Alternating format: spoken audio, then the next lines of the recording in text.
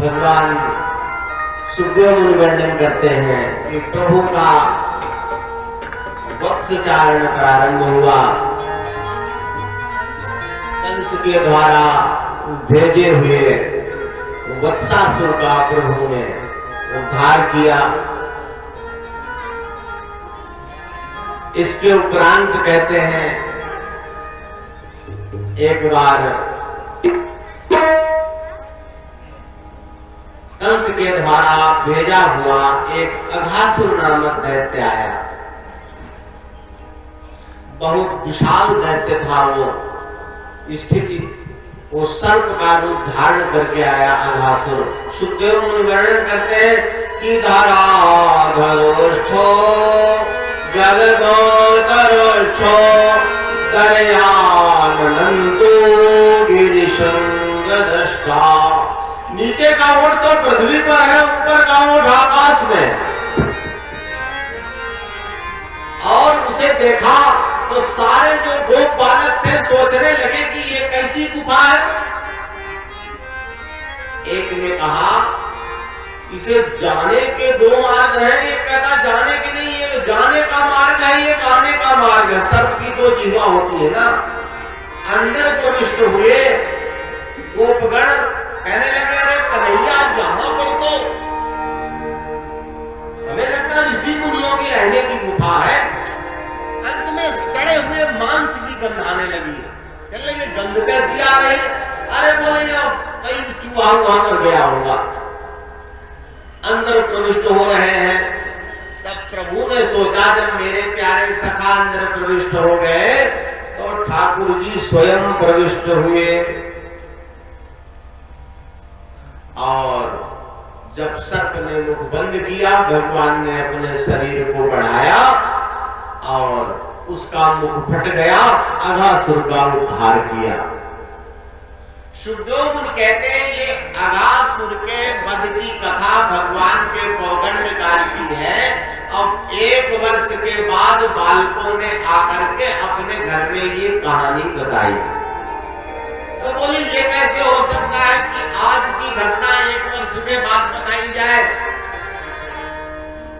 कहने लगे हुआ ये कि जब अघासुर का संहार करके प्रभु आए, आकर के अपने बालकों के साथ अपने गोपगणों के साथ बैठे, तो होता ये था कि वत्सचारण में जो भी गोपगण जो कुछ लेकर के आते तो पहले कान्हा को खिलाते फिर खाते। एक दिन एक बालक जो कुछ नहीं लेके आया था तो उसे प्रभु ने कहा भैया तुम कुछ नहीं लाते हो, तो वो अपने यहां से कढ़ी बनवा के ले आया। और जब उसने देखा कि दूसरे बालक भगवान को कुछ ना कुछ खिला ही रहे हैं, उसने सोचा कोई रबड़ी खिला रहा, कोई हलवा खिला रहा, कोई मालपुआ खिला रहा, मैं कढ़ी क्या खिलाऊं? तो एक झाड़ियों के झुरमुट में जाके जो लाया था वो पीने लगा।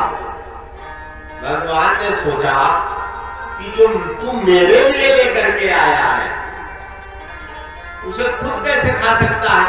प्रभु अपने उस पद्म व्यूह में जो बैठे हुए थे वहां से उठ करके भगवान ने उस बालक के हाथ से उस पात्र को छीना, लेकिन पात्र में उसने फेंक दिया। पात्र में कुछ था नहीं, तो उसके मुंह में जो कढ़ी लगी थी वही भगवान चाटने लगे।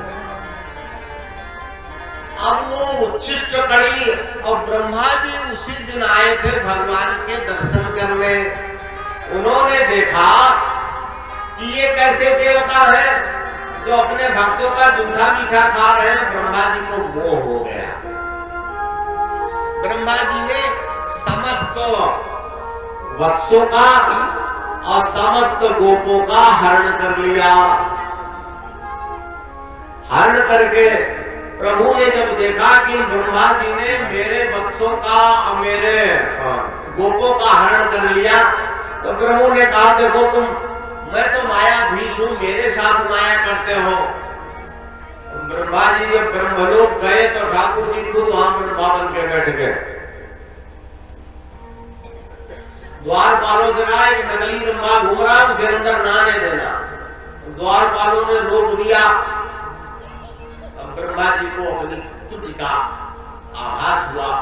इधर जब तक उस ब्रह्मा जी के दोबारा आने में 1 वर्ष बीत गया। अब 1 वर्ष तक भगवान खुद उतने बछड़े बन गए, उतने गोप बन गए।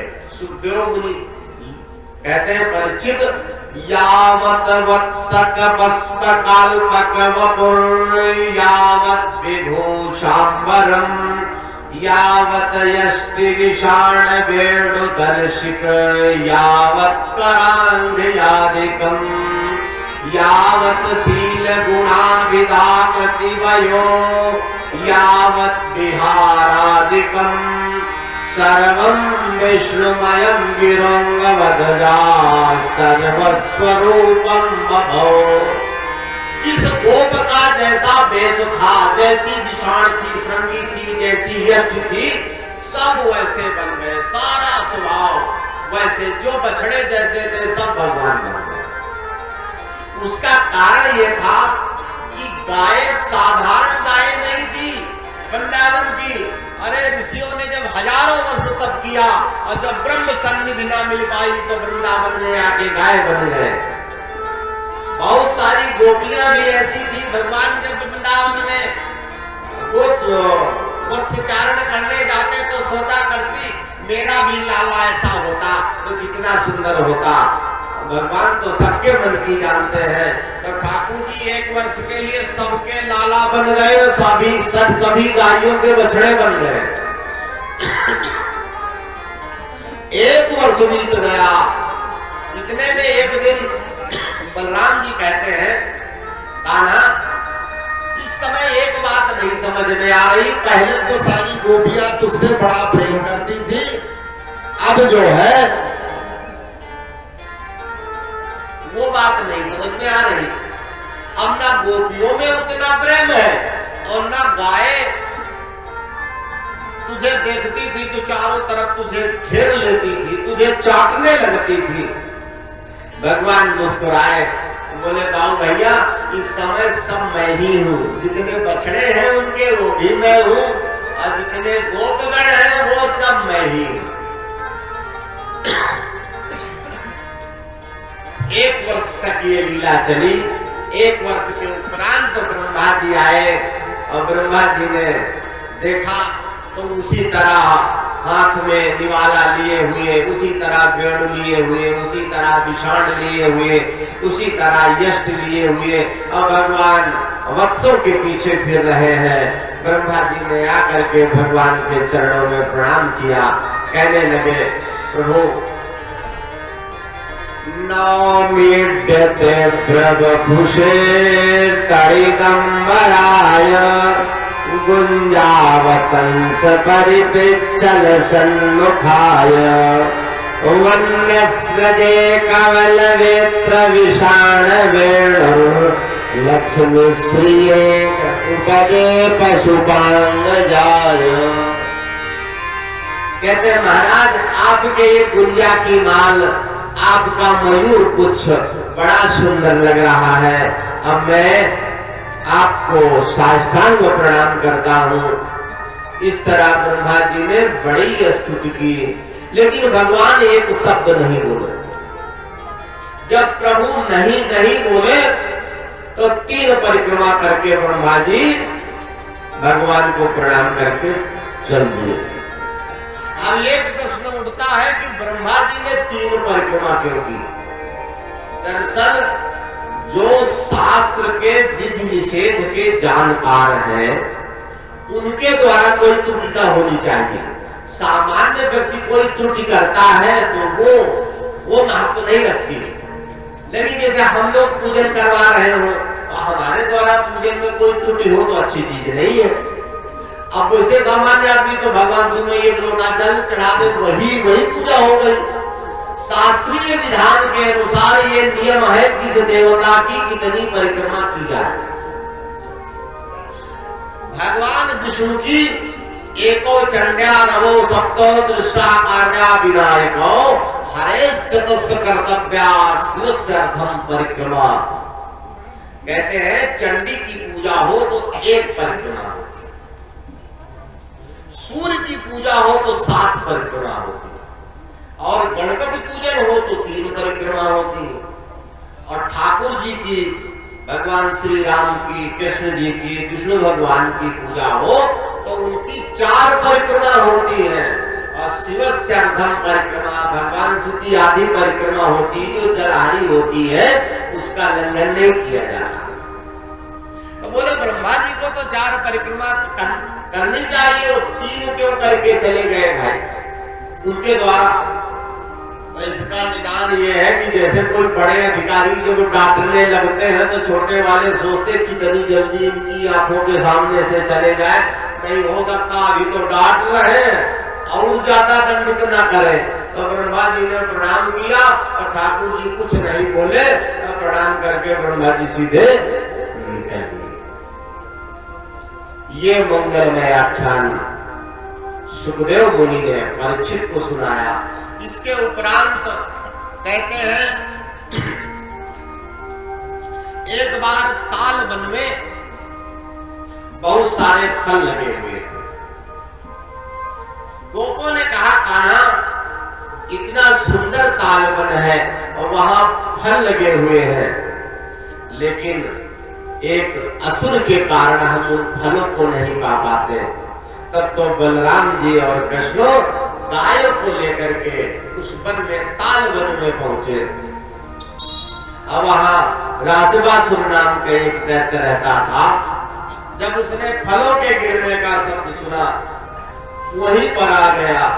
अब बलराम जी ने उस दैत्य को पकड़ करके कपित्थ के पेड़ में ऐसा पटका कि उसका प्राणांत हो गया। अब भगवान गोविंद ये सब देख रहे थे, आकर के मैया से कहा मैया आज तो दाऊ भैया ने बड़ी वीरता की।